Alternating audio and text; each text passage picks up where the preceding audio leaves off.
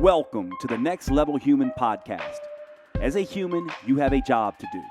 In fact, you have 4 jobs: to earn and manage money, to attain and maintain health and fitness, to build and sustain personal relationships, to find meaning and make a difference. None of these jobs are taught in school, and that is what this podcast is designed to do: to educate us all on living our most fulfilled lives through the mastery of these 4 jobs. I'm your host, Dr. Jade and I believe we are here living this life for 3 reasons and 3 reasons only: to learn, to teach, and to love. In this podcast, I will be learning, teaching, and loving right along with you. I'm grateful to have your company. Here's to our next level.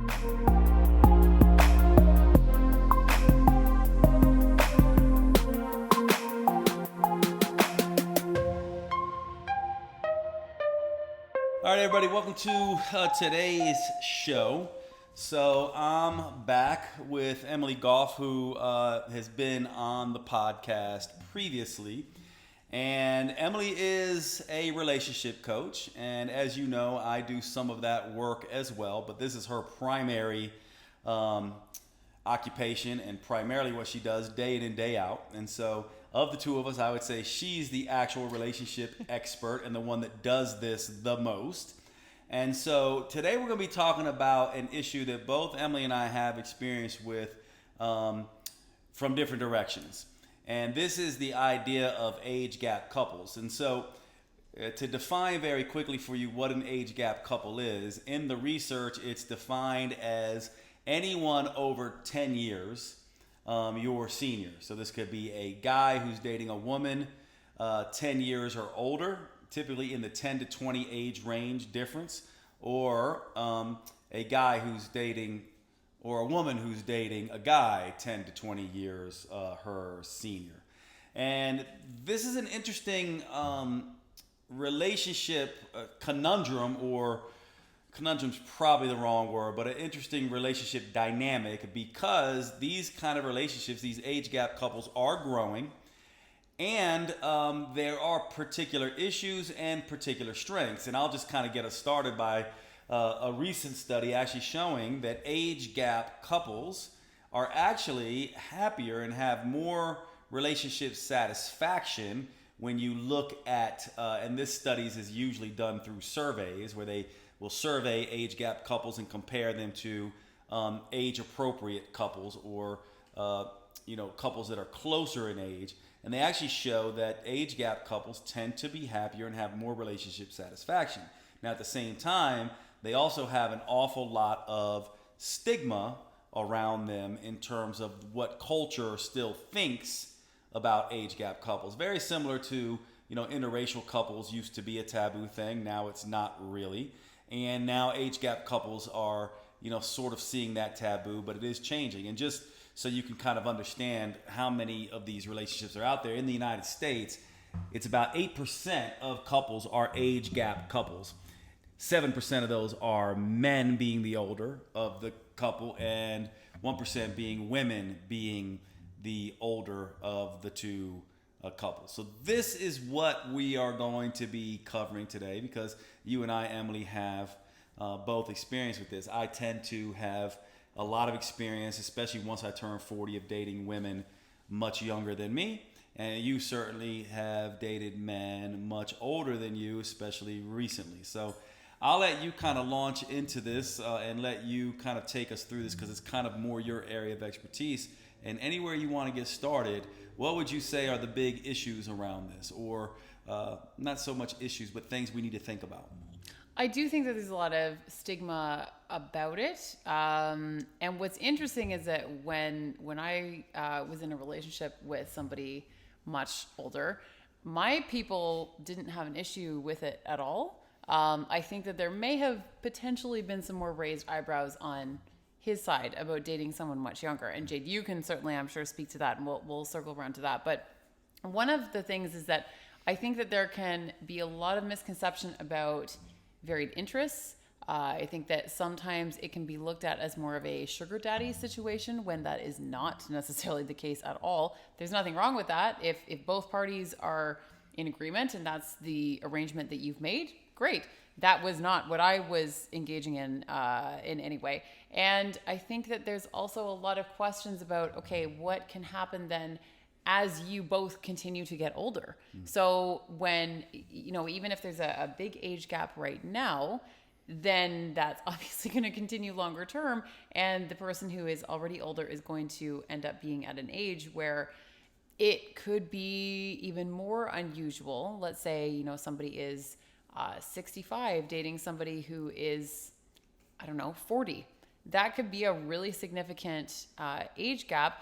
And it already is, but then as that moves forward, as both parties get older, that could potentially change the conversation even more. That said, the other side of that is that when one of the parties is so young, like let's say in your 20s, I tend to think that those relationships with someone much, much older may not work quite as well simply because of a lack of life experience at that age.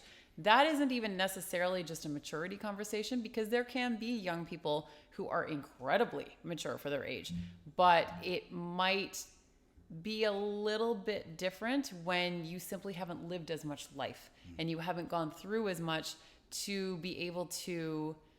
You're still bringing a huge amount to the relationship. It's not about that, but it shifts the dynamic and there can be a bit of a power dynamic. I think that sometimes people might assume that whoever is older is maybe having more of an influence on the younger person as well.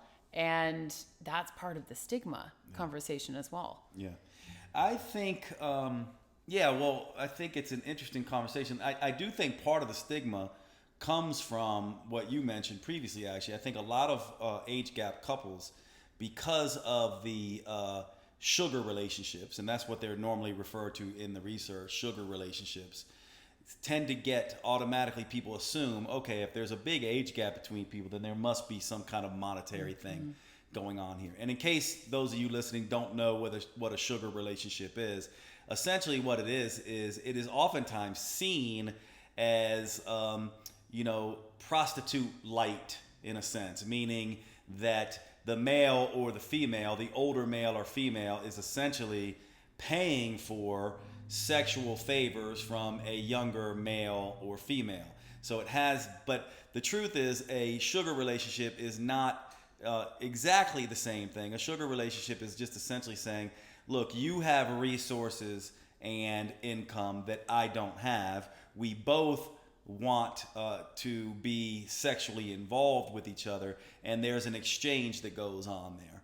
And it is an interesting thing because there's varying types of sugar relationships. Some that are strictly transactional, and some where there actually is a great deal of affection, and perhaps some that even have an awful lot of love in them as well. And so we just want to make sure that I think the stigma with this comes with a age gap couple and a sugar relationship are two different things, and even a prostitution type of relationship is slightly different. So we want to keep those things clear. The other thing I would say here is that from my perspective, there is, people often say there is no age when it comes to love. Mm-hmm.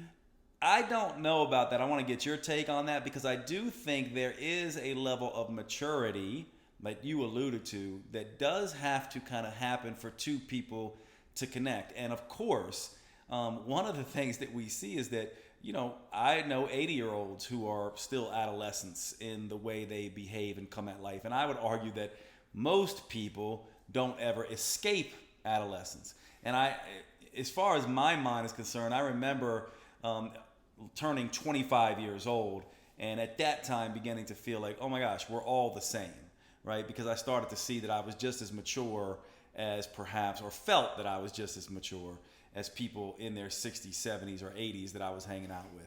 So I've always used 25 as sort of that cutoff there, but now being 47, I look back and I do, anyone kind of below 30 years old for me is kind of a no-no. It would take a pretty, substantial connection to kind of go that young, just because of the maturity difference, or maybe maturity is the wrong word, just the wisdom accrual that happens from just the age difference. And I want to get your thoughts on that whole idea there for just a second in terms of these different types of relationships. And, you alluded to it, but like, can we really be can a 30-year-old really be as mature as a 60-year-old? Like, what's your sort of take on that? I think that both parties can learn and grow from each other a huge amount. Mm-hmm.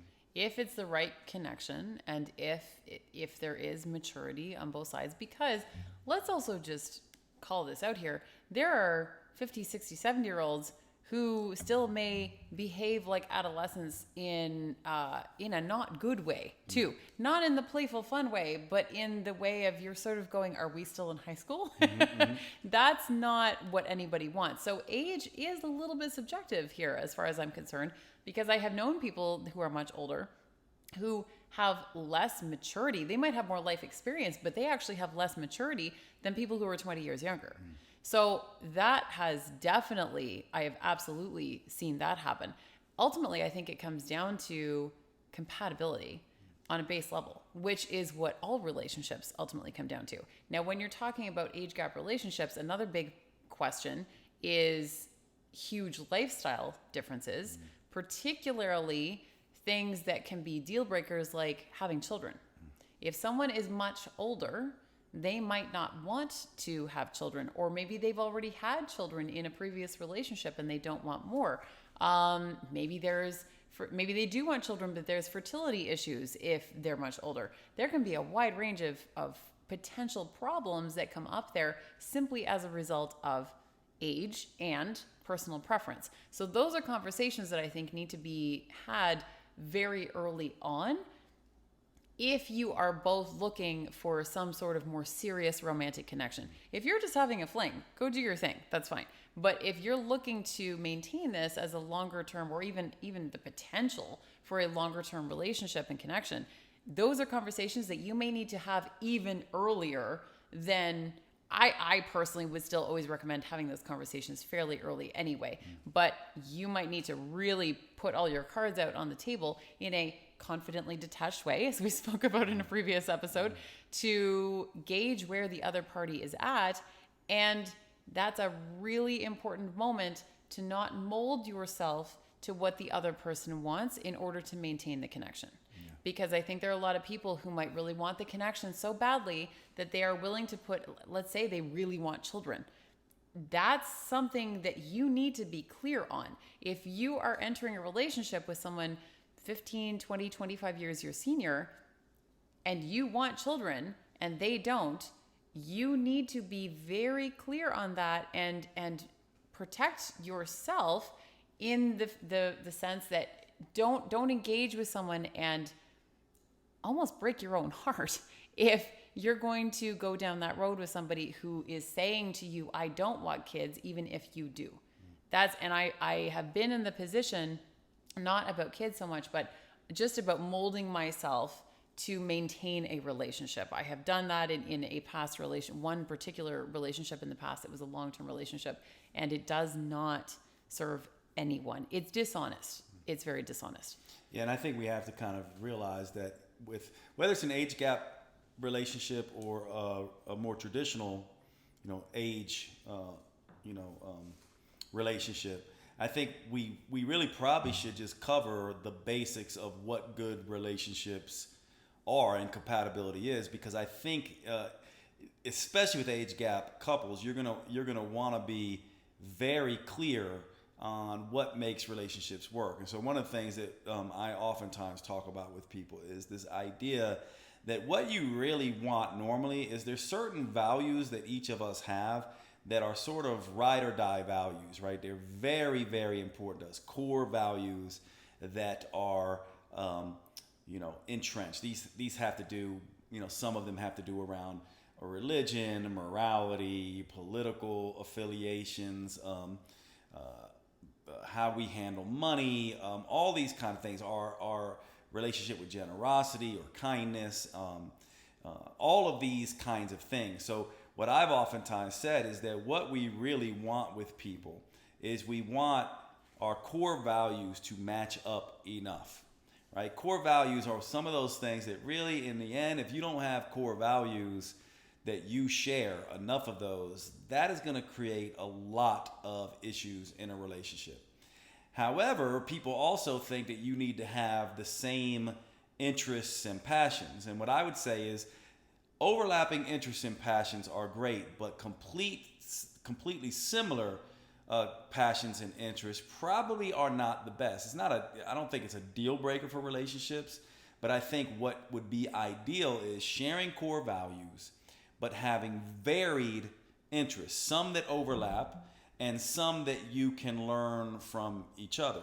This, I do think, is where age gap relationships can be really amazing. If you share core values and you've developed that level of maturity, regardless of what your age is, but one of you loves to travel and one of you is a little bit more of a homebody, and the homebody gets the traveler to focus a little bit, and they do better on their business as a part of it. And the traveler gets the homebody to kind of go out and challenge themselves a little bit more. These are the best kind of relationships, right? Because we oftentimes talk, you and me, about this idea that relationships shouldn't be about you complete me. They really should be about you grow me. And I do think one place where age gap couples may actually work better than similar age couples is these differences. You know, I certainly, as I've dated a little bit younger, it has been fun for me to realize, oh, this person is a little bit more adventurous. They want to be a little bit more active. My natural proclivity is to stay home and write or just get into my routine. And it's been incredibly fun to sort of have someone who's like, let's go here, let's do that. I want to go here, let's go hiking. And they kind of pull you out of your routine. Likewise, I can also bring some of that structure, work-life balance, wisdom, some of the things that I have learned around how to be productive and manage time effectively, and have strong values and not just be all over the place.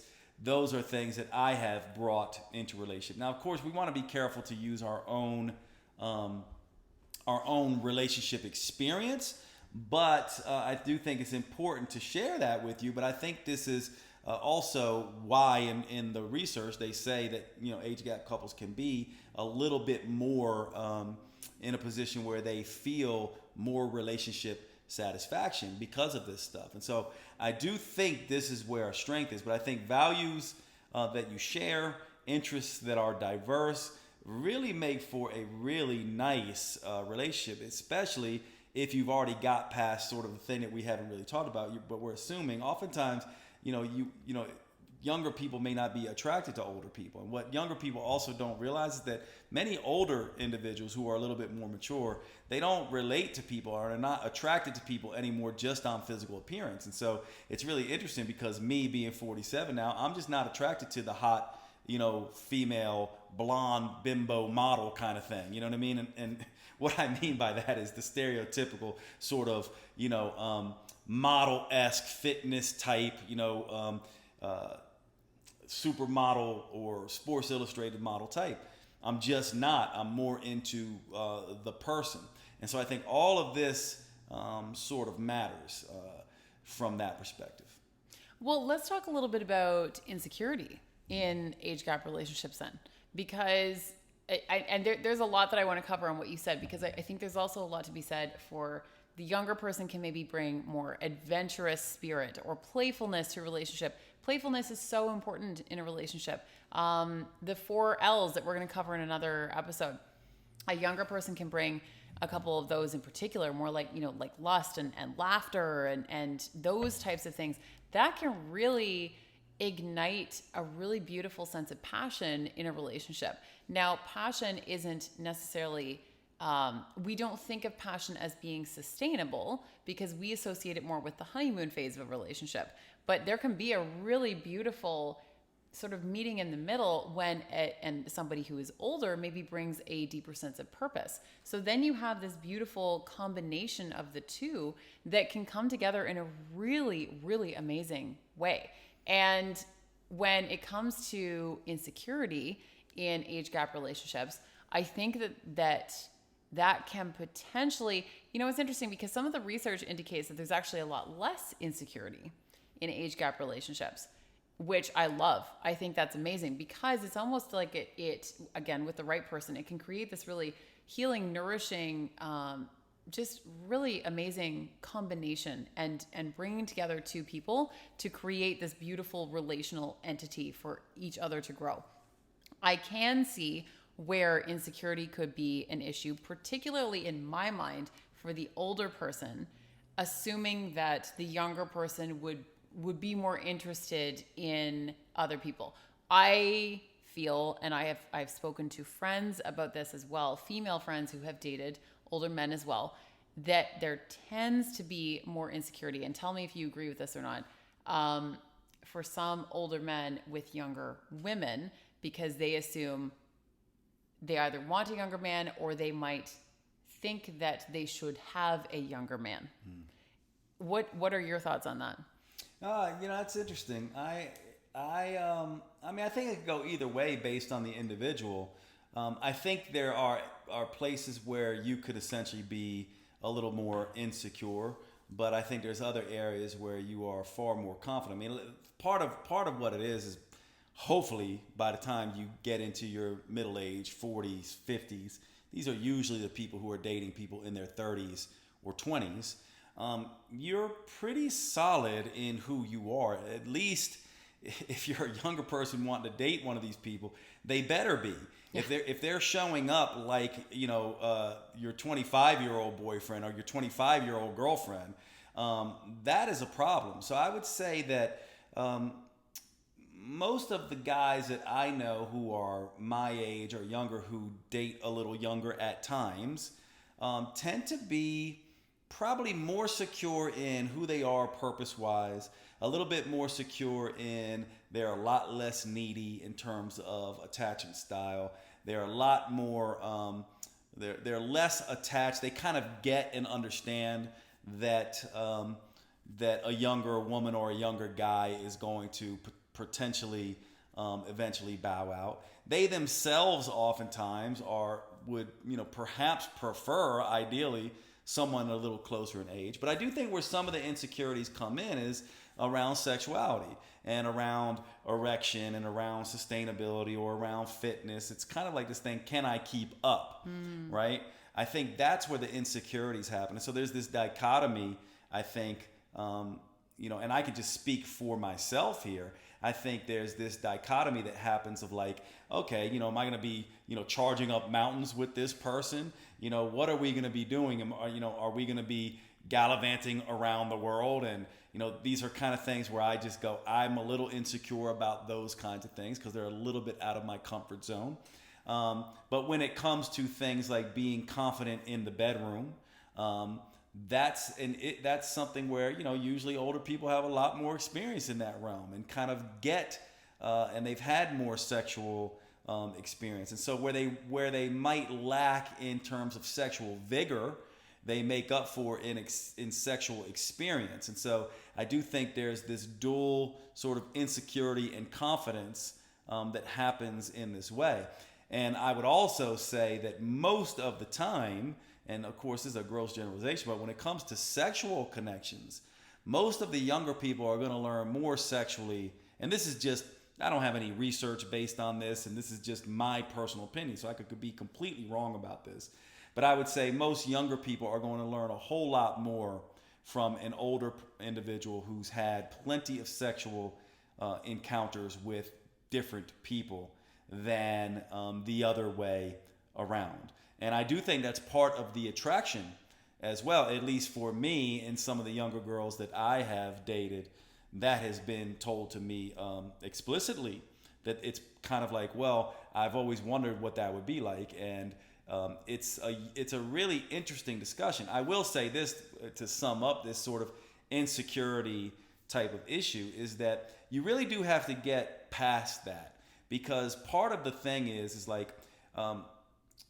when I can speak for me, and then I can speak to some of the younger guys that I've talked to about this. I don't really have much in the way of talking to women about this, except the women I've been involved with.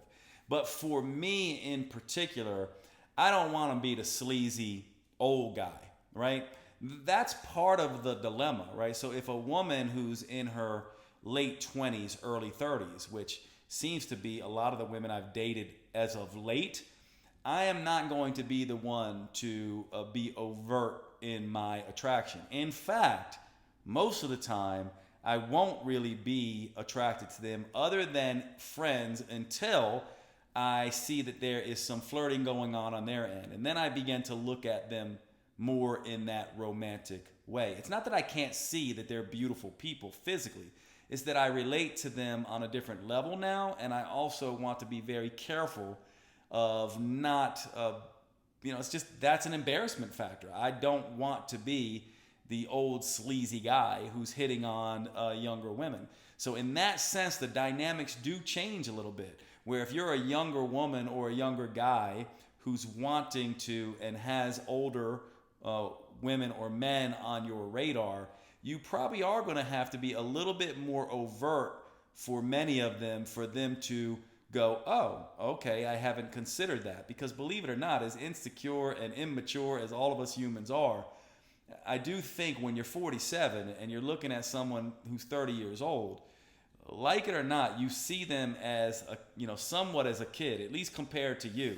And so you start to kind of be like, you don't consider them right away in a romantic sense. So that is a form of insecurity. And I imagine too, for the younger person, and maybe you could speak to this, for the younger person, maybe it's also a little bit like, okay, well, he's older or she's older. Like, are they going to even be interested in me? So I think that's where a lot of the insecurity can happen as well. It's really interesting because you and I have had multiple conversations in the last few weeks about this, and you think that it's hilarious that I think this. You and I are very close at this point, but I laugh because I'm like, if I didn't know you at all, and I just knew you as Jade on Instagram, and you have a huge following, you've been in the business for a long time, you have all kinds of people who know you, all these things, I would look at you and never think of you romantically, only because I would assume that you would have no interest in someone my age. Someone, it just seems like it would be as though you were on a different level. And you laugh every time I tell you that. You're like, it's hilarious that you see me that way.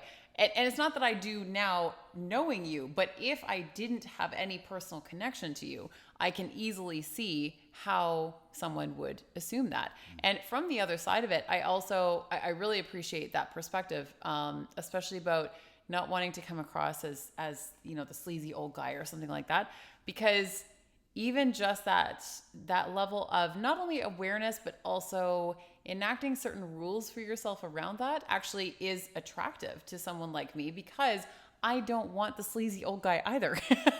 Or the sleazy guy, period. Right. I don't want the sleazy guy. So just that level of self-awareness. And then, it does mean that maybe one party or the other is going to have to step up a little bit more, even if it makes you uncomfortable, if you want to show real interest in someone. But the attraction for me with somebody who is older, if it's the right person, this is not a blatant statement, it has to be the right person, the right connection, is the maturity. It is the experience, all of those things, because I on a very personal level, and I'm sure there are some people who can relate to this, I have been considered and told that I am much more mature than my age since I was a little kid. I'm an only child. I grew up around adults, almost entirely around adults my whole life. And I just often, when I was much younger, didn't really relate to people my own age. Then, as we all know, men also mature on a slower scale than women. That's just the way it is. And that there is something very appealing to me about someone who is older, because I actually, with the right person, feel much more met emotionally with somebody who is more mature, and often age is associated with that, than someone my own age. I don't rule that out, because again, there can be all kinds of people my own age who might be able to meet me where I'm at. And I'm very open to that, but there is something very appealing to me about someone older, because I feel like with the right connection, it can actually be a better fit. Yeah. And let's talk a little bit about about this. I mean, part of the reason Emily and I are doing this anyway, for those of you listening, is really because this is it's becoming an increasingly prevalent relationship style, and I think that's a great thing. But it also, I think, because you and I have had experience on both of this, you dating older men, me dating younger women, we can help people out with this. And here's what I would say, and maybe you could speak to this with women, but I'll say this for younger women who are looking or considering older men. Part of what I have told you before, and you've laughed at it because I'm kind of throwing myself under the bus, is I've said that any man who's 45, 50, who's single, immediately is a red flag. Yes, let's talk about in this. my mind. Now, I don't mean single like not married. I just mean like not, engaged with anyone or a serious. And here's why. Now, I realize that includes me, right? So I am throwing myself under the bus, but I do think for younger women who are interested in older men, I think that's an important thing to just start with, to just be a little bit suspect. And the reason I say that is that as people age in general, right, they tend to want to a little bit more stability the older we get. And so they will tend to want to be in relationships. So people who aren't in relationships at that age, there's really three reasons that might be the case in my mind. Reason one would be they are dysfunctional as hell in relationships and they can't stay in one. Reason two would be they are completely avoidant or still wanting to be 25 and are all about just hooking up with, trophy sexual experiences, we call them as men. It's basically like this idea of notches on the belt and just wanting to play the field and never wanting to get, wanting to stay Peter Pan, basically. And then the third one is, and most people are that. And then the third one is just someone who goes, I am here on this planet for a very particular reason in a very purposeful way. I know who I am. I know what I'm doing. And I know what I want in a romantic partner. And I'm willing to wait for it or forego it. Mm-hmm. And that third type is not only are they less, I think they're less of the bunch. So they're in the minority. But they're also more difficult to connect with because on some level, romance has ceased to be their primary orientation to life. One of my big complaints is that it seems like most people, especially in their 30s and 20s, their primary orientation to life is find a relationship as fast as possible. They're terrified to be alone, in my mind. And so I think it's something to keep in mind. You want to look closely to see. So how could you tell? Well, a couple of the things is see how purpose-driven they are. I oftentimes talk about the 4 jobs, health and fitness, finance, personal relationships, and personal development. Someone who's doing their 4 jobs really well, right? If you can look and see how close are they with their family. Now, if they're still living with their mom and they're 45, that might be an issue unless they're now taking care of their mom. Mm-hmm. But if their mom's still taking care of them, that's something to look at. But these are really good ways to look at this. For example, a guy who has plenty of girl buddies, but also has a good core of male friends. That is a really good indication that this person can create and sustain relationships in general, which is a good sign they can create and sustain romantic relationships as well. And you can even look and hear the way people talk about. A wise person is not going to throw exes under the bus. They're going to speak in terms of I learned this lesson and I learned that lesson. They're not going to speak in terms of this person was toxic and this person was toxic and this was miserable and that was miserable. They're going to speak in a very wise way and a way of like somebody who has lived life and has learned things. They're going to do their 4 jobs very well. And they're probably going to be pretty damn communicative. Probably more than what most people are used to. And they'll probably have also pretty strong boundaries and standards by which they approach life. These are all things that younger people don't typically figure out. Some of them do, but most of them don't. And I would say most humans don't. So even most older adults don't. But I would say these are the things to look for. But then also look for, the guy who's like, just on a dating mission, still at 50 years old. Maybe he's in great shape, maybe he's hot, maybe he still, just only relates to his personal appearance. That's a pretty bad sign in my mind. Or someone who's been married 4 or 5 times. I do think our history matters, despite the fact that I am somebody who has been married and cheated on my wife and had an affair and been divorced. I think that history matters, and I think that history matters a lot for most people. And anyone who would want to go out with me should be vetting me on that level, period. But these are some of the things I would say you want to begin paying close attention with, especially as it pertains to men. I imagine it's similar to women, but I'd be interested to hear your insight on that as well. I think so too, especially with the communication and the boundaries. I don't want a pushover. I can't stress that enough. And there are a lot of this is one of the reasons why I love working with men, actually, because there's so many men that come into my sphere, whether on a personal or professional level, who they're already really good men and they want to be even better men. They want to show up for their partner. They want to find a partner. They want to create a beautiful relationship.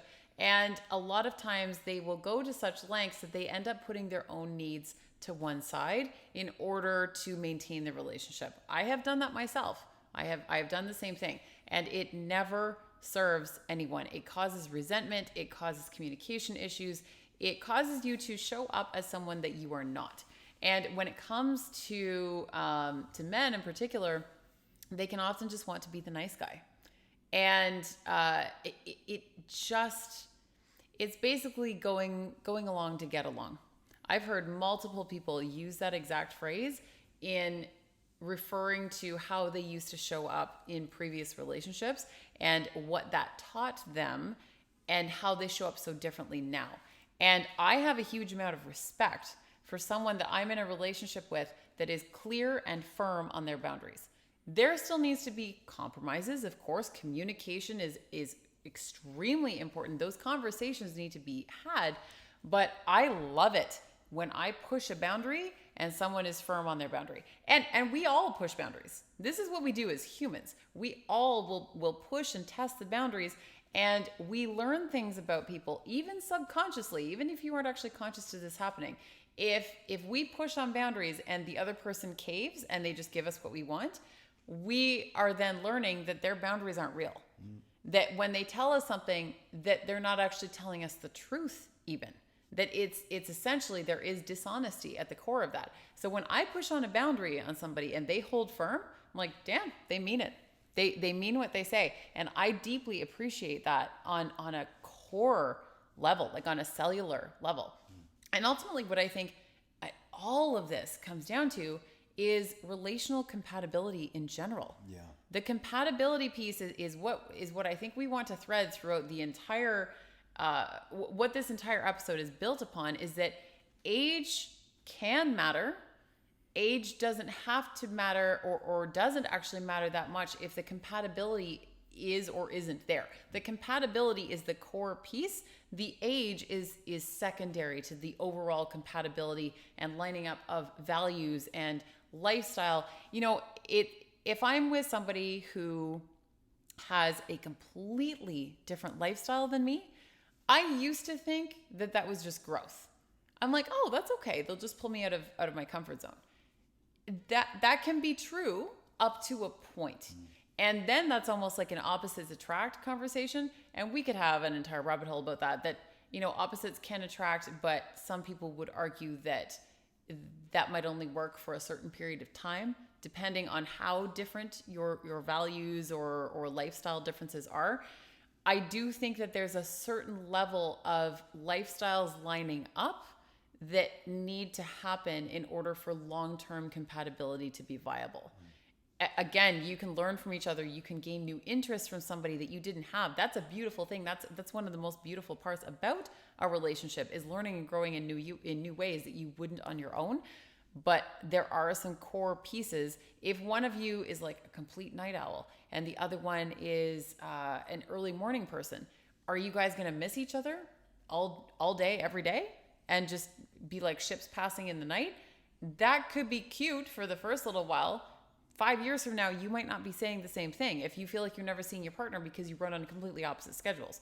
That can work for some people if they find workarounds. That's just one example that I'm giving, though, of like a base level lifestyle difference that can present some issues that really have nothing to do with the age. The age, to me, is secondary to the overall compatibility. Yeah, I mean, I would say 100%, and rarely do I say definitive things, and this doesn't mean I'm right, by the way. Perhaps I'm wrong, but I would say opposites do not attract in any place except magnets. You know what I mean? It's like, that is one of those cliche sayings that I just think, and likewise, and this is probably more important to say, similars don't attract. Yeah, right. Because if you're too close, you don't learn and grow from each other. There's a gray zone that is the best, and it starts with all the same things, right? Like in the end, if you're interested in a younger person or an older person of that big of a gap, it still has to be the same kinds of things. There has to be some kind of energetic, and this is where the intangible of love comes in. None of us really know what this is. Science doesn't even know what this is. It's a very intangible thing. I think the point of this is to say, if you feel that for somebody, just because they're an older person does not mean it should be avoided. We humans I think more and more we're starting to understand, we don't have to fall in line with the cultural narrative. We can write our own script. And I think this is what this discussion is all about. But I think all those kind of sayings are like opposites attract, and you want someone similar to you, and I think these kind of things are silly in a sense because they are stories that we do buy into. I would say that ultimately you want to kind of be in a position when you're looking at who you're going to date, whether they're older or younger or exactly the same age. You want to go, am I attracted to this person? Do I see myself learning and growing with this person? Can I see myself teaching and educating this person as well? I oftentimes talk about this idea that every lover you have is really simultaneously a lover, a parent, a mentor, comic relief, right? They serve multiple roles in a sense. And the way we attract to them is kind of this beautiful sort of amalgamation of chemistry, psychologically, and physical that we don't completely understand. And it's just the way you come together. Sexually, I can say a couple things because I know we did notes for this, so I'm looking up here seeing some, sort of notes on here. Especially for men, one of the interesting things that men should know about women, and it's just one of those things that I think every woman tends to want to tell men, and I've had plenty of women educate me, plus I've read research and books and done thousands of interviews with women, is foreplay is very important for women. It is something that women need. They're not just straight from, hey, arousal to, you see a naked body and you have an erection and then it's just friction to finish kind of thing like it is for men. Well, when you're dealing with an older man, foreplay becomes much more important as well. And in that sense, when you're an older woman, let's say, not that 35 is old, but let's say a woman who's in her sexual prime, right in her mid-30s, you do have to kind of ask, do I want to go younger down to 25, 24, which could be a very athletic, fun sexual experience if that's how you're oriented? Or do I want to go up and be probably more in a very connected, sensual, passionate? Now, this is gross generalizations because there's plenty of men, I know them, who are very athletic sexually even into their 50s. But in general, you need to look at those issues because as men age, there are erection issues. As men age, things are a little bit more slow. And by the way, same for women. As a matter of fact, if you look at, and I know this is weird that I read this kind of research, but if you look at elderly couples and sex, one of the things that happens is in retirement communities and things like that, they are very sexually active. A lot of people don't like to think about this, but sex becomes more oral and more using your hands than it is penetrative. And part of the reason is men have trouble getting erections and women have trouble lubricating. And so penetration becomes less and less of a sexual outlet as people get older.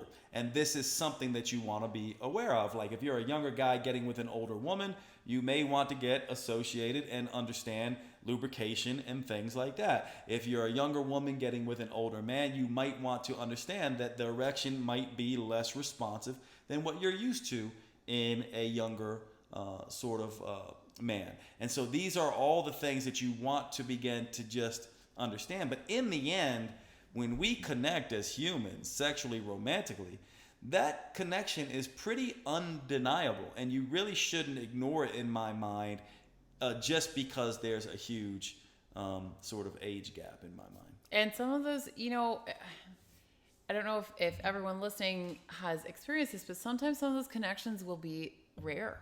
Like you can have a connection with somebody that you've never experienced quite that level of connection with someone before. And it is rare. And there's something incredibly special about that I think it should be explored.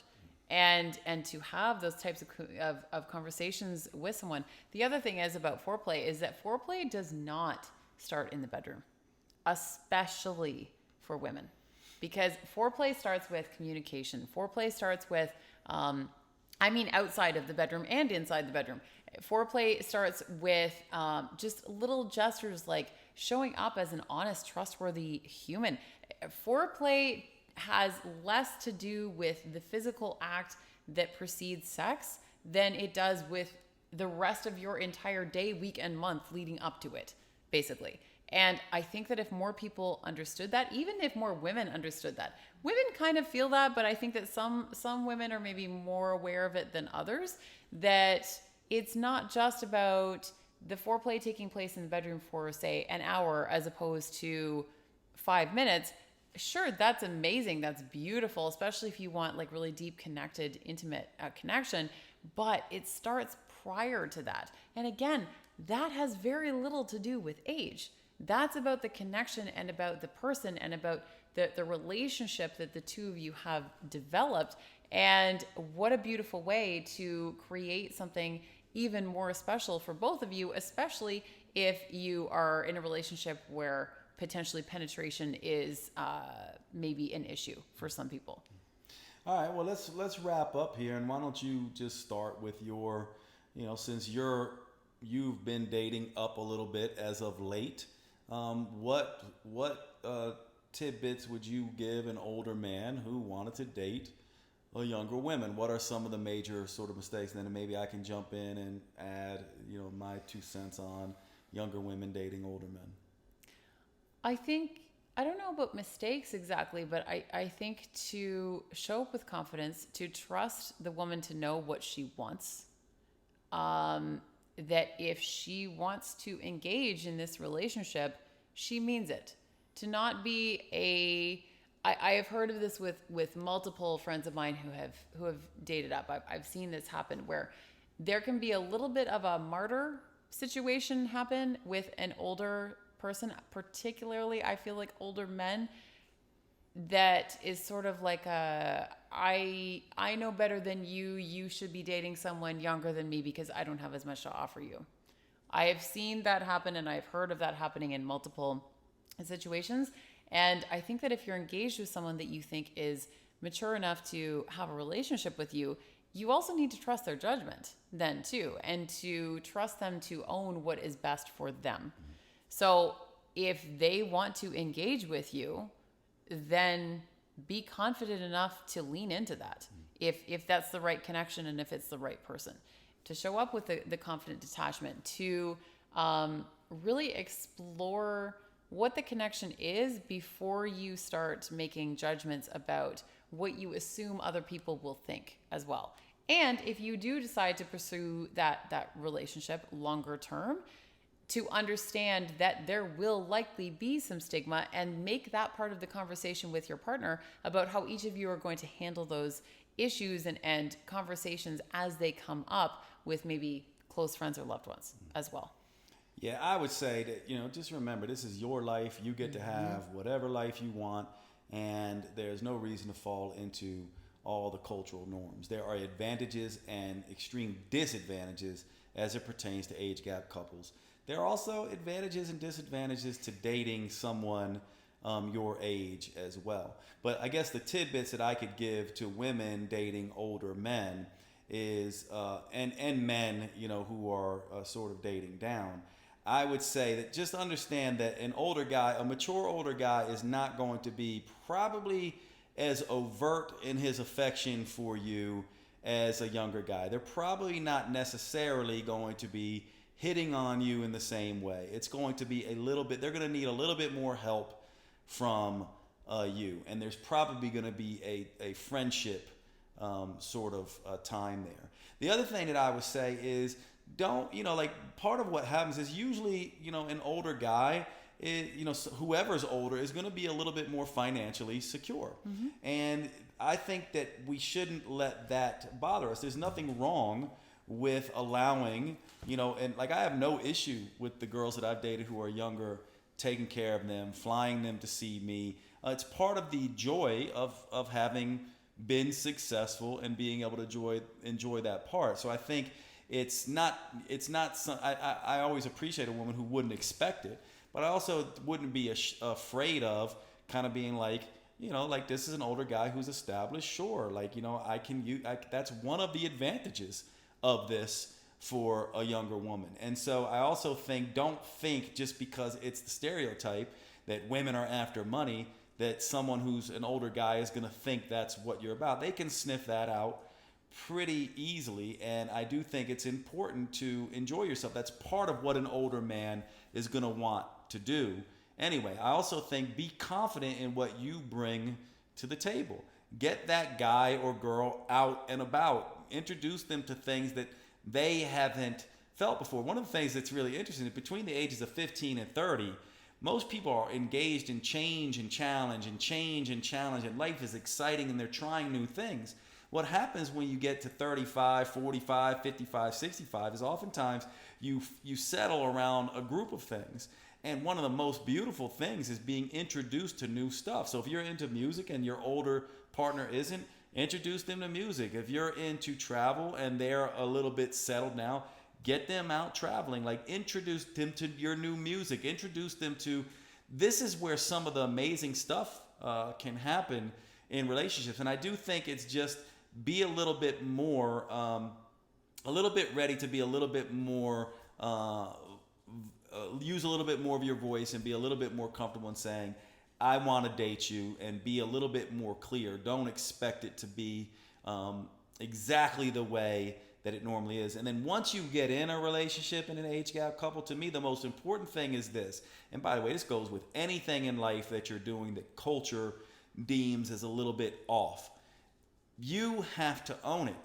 Especially if you're in a relationship, introduce your guy or girl as your guy or girl. Own them fully. In fact, instead of trying to hide the age difference, accentuate the age difference. Let people know it is your choice. It is a conscious choice, that you love it, and it's something that you are excited about and see as a conscious choice. Because when you do that, it's similar to owning the person you're with.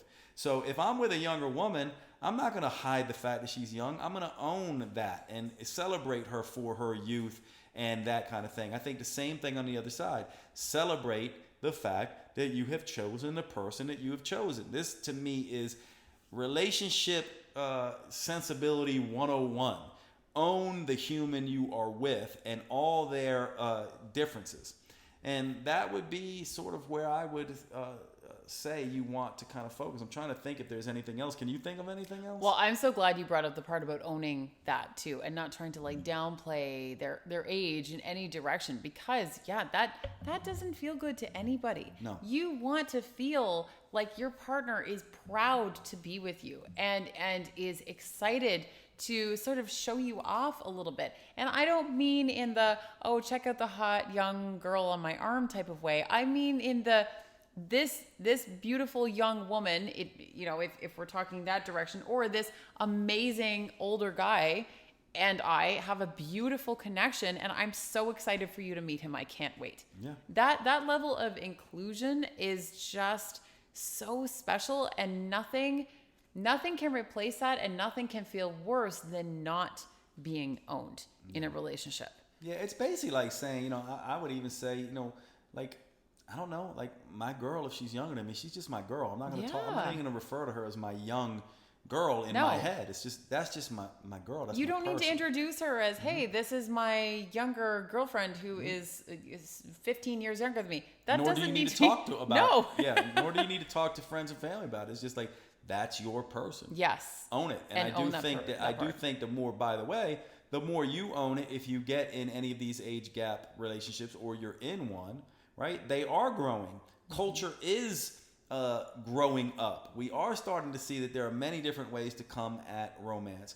The more you own it, and the more you approach it from that perspective of growing. We're not talking about, the kind of stereotypes that people think about, like the young woman who's looking for a guy to pay her way, or the guy who's looking for, a trophy girl on her arm. We're talking about mature, next level, growth oriented relationships.